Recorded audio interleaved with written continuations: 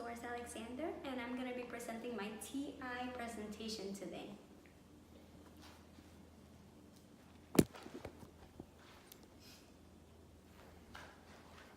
Okay, so my presentation today is going to be about bullying because that can be a non-verbal communication.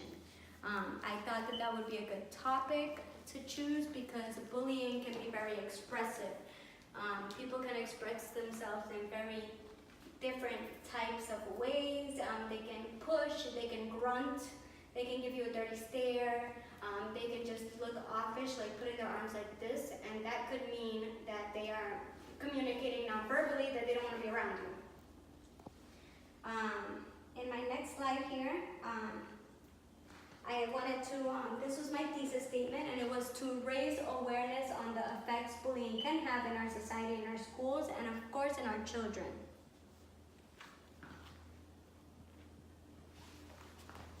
For my introduction, I put here, bullying has been happening for centuries. It's time that we raise awareness.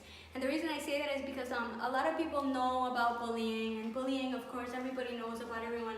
Most people go through it. But a lot of people don't raise awareness on it. It's really kind of like a subject that's not really talked about a lot in our society. And it is talked about, but not like it should be. Just people talk about it casually, not in real seminars or conversations. For my thesis here, I put also that bullying others physically, emotionally, or in other forms can affect a person's ability to function. I believe that like when you're being bullied, it can cause you to be also in a nonverbal communication state where you feel uncomfortable, you feel insecure, you shut down in some cases, you don't want to be around other people, you start kind of communicating nonverbally towards others. So I put that, and then my goal in this presentation is to raise awareness on this topic to help others who might be suffering that can't speak up. Bullying can happen anywhere. It can happen at work, at school, it can happen at the grocery store, it can happen anywhere where somebody just makes you feel like you're less than they are. They make you feel like they're superior than you when everyone is equal. Bullies and what they typically behave like, that's something that we're going to be discussing. Bullying is known to cause depression, insecurities, and much worse symptoms sometimes, like including suicide. I wanted to share with you what bullying is, how it is manifested in different forms, and the statistics.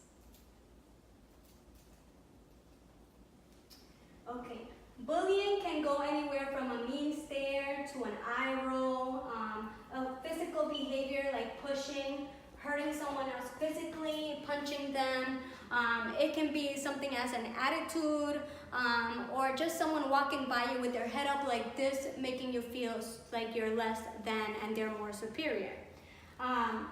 It can also, you can hurt somebody else's feeling, and if you just hurt somebody's feeling by something you say or by a mean stare, you're already bullying them, even though you're not physically punching them in the face. It has the same type of feeling. Bullying can also happen on social media, such as Facebook. When you post something offensive towards somebody else, you're bullying them. If you know the person is offended by, let's say, by money or something, that you have more money than them, and you're putting posts constantly that you have more money than them, you can make that person feel insecure or less than, and you more superior by posting those posts. Bullying at work can also happen from people complaining about you constantly, going to the supervisor about petty things, and making you feel uncomfortable in your own work environment. That is a form of bullying also. Bullying happens much too frequently nowadays in our schools, with our children. In the 1990s, when I grew up, bullying taught us to be strong and grow up to be mature people, that we can face adversity and we can be strong and confident. That's what it was in the 90s. Nowadays, it's more extreme. Bullying nowadays affects the generation more, where they're depressed and they want to commit suicide and they want to do all these crazy things to themselves because they're hurting inside. instead of seeking help. And I think that's the difference between the 90s and now, the generation growing up now. Bullying has increased throughout the years. Bullying has caused more severe consequences. Bullying can be as simple as a consistent nonverbal action over and over again, making you feel uncomfortable, like a dirty look. If you give somebody a dirty look every single day, just because you don't like them, that is also a form of bullying. You're making them feel like you're more superior than they are, just by giving them dirty looks. Bullying in general has to come to an end, but unfortunately that may never happen. But there are things we can do to make sure that the side effects are less harming to us and to others. Educate yourself on the new types of bullying going on online and in the schools. Listen and be vigilant. Watch for signs like less verbal communication, no eye contact, quiet, and staying to themselves.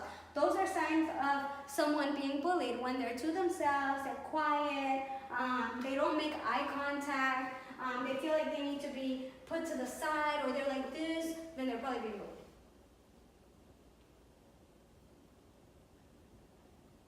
Being bullied is never fun and can make you feel sad inside and make you feel shy. You may start to get anxious and start to acting different or uncomfortable around others. You may not say anything and just be quiet with your arms crossed, giving the signal that you don't want to be bothered. There are signs in a person who may be in pain and doesn't want to be bothered, so speak up. Communicate. It's a key part to getting to the problem. Ask those uncomfortable questions. Remind yourself you are awesome and strong and have no reason to feel belittled. Get help, whether from a principal, manager at work, or a counselor. Get help. It can help you solve the problem for good.